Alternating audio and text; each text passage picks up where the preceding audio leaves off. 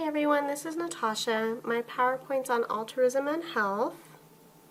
Altruism is an unselfish concern for others. It's behaving in such a way that promotes the survival of others at the expense of your own personal survival. So essentially it's a self-sacrificing benefit for others while serving nothing for yourself. There's an ethical system that can be attributed to altruism where people only perform moral acts that promote others' happiness, and these altruists often align themselves with the well-being of others. So they are happy when others are thriving, but they're sad when they see others are suffering. This effective altruism, it's a YouTube video I included. I didn't have time to show it, but she shows how effective altruism can actually change the world, and it's pretty informative. Some reasons for altruism are it can increase the odds of your bloodline, so it's a biological thing. You want your genes to survive into the next generation. There's neurological reasons. It activates the reward centers in the brain, like the pleasure centers, so it makes you feel good. And that's one of the big health benefits is if you're expressing positive emotions and you're receiving more feel good, you can live longer. There's also neurological studies that show that the brain has more big picture thinking after altruism and volunteering and helping others. So your brain feels better, but it also becomes more creative, there's more flexibility, it's more open-minded, it's more integrative in terms of how you think. There's also an enhanced physical and physiological resilience in the body. So pretty much think Ebenezer Scrooge at the end of the Christmas story, how he feels so much better after he starts helping people. There's societal norms for altruism, which can include like the norm of reciprocity, which is where somebody helps you out so you feel obligated to help them out. It's not so much an altruism, but it does happen. There's also cognitive reasons to help people for the altruism. You want to help others relieve their own distress. It makes you feel better.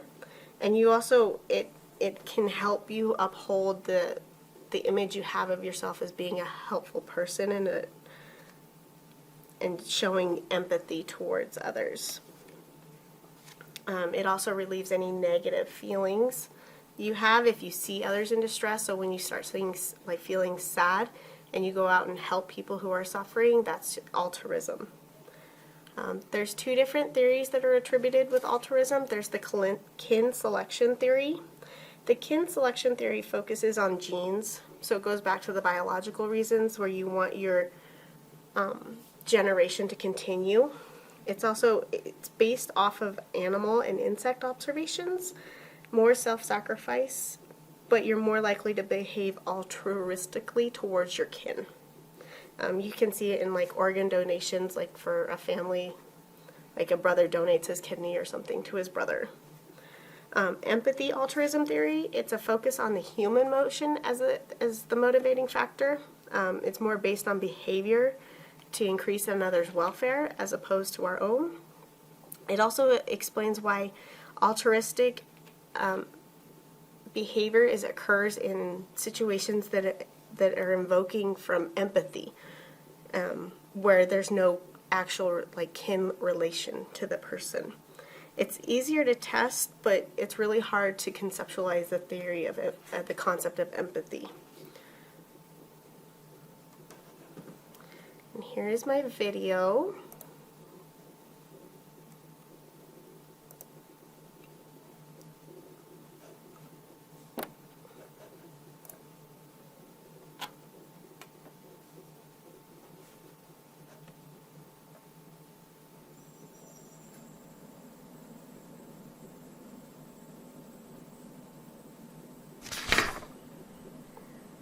There are so many definitions of altruism, and then we have to do so that it is useful to bring about a more altruistic society.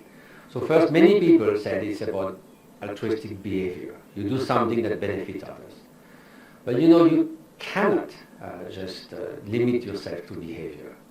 Because, a seemingly very beneficial behavior could be motivated precisely by, as early psychologists and 18th, 19th century philosophers said, by a deadly selfish motivation deep within, and you could all smile and just want to be about to trick people out.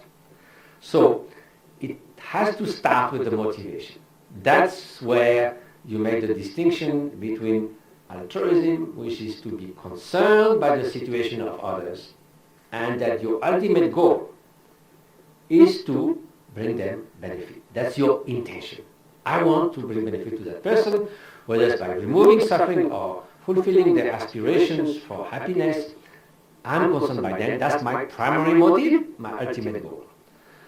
Now, selfishness is you look at others and you might do something either harmful or beneficial as an instrument to you promoting your own self-interest. That's selfishness, egoism. So, now, therefore, you cannot just look at the behavior. But of course, an altruistic motivation, provided circumstances allow it, will naturally has to be translated into action. Not just wishing, oh, maybe everyone will be happy and do nothing about it. But if circumstances do not allow you, or somehow prevent you from doing something, still the motivation is altruistic.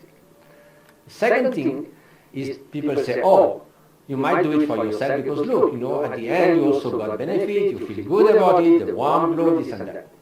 It's all fine to have that as a bonus on top of it. You didn't do that for that, but in addition, you also somehow fulfill not only the goal of others, which is the goal, but it happened that along the way you also feel that it's something that is rewarding, that you feel good about it, and so what? So the fact that as a secondary effect, it might bring unintended benefit to you, doesn't make the initial motivation selfish, provided that was not what you had in mind. I'm going to do something for this beggar or do this good humanitarian charity work because I'm going to feel good. Then it's no more altruism. And by the way, I doubt very much that you will experience the warm glow, because the warm glow is not by just giving money to a beggar, is because you are genuinely wanting his happiness, and that's what is intimately linked with the feeling of fulfillment and harmony with yourself. So in fact, a calculated warm glow will not work.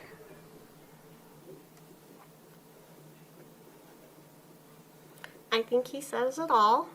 Here's my critical thinking questions. Do you practice in altruistic behaviors? And if so, what is your motivation behind such behaviors?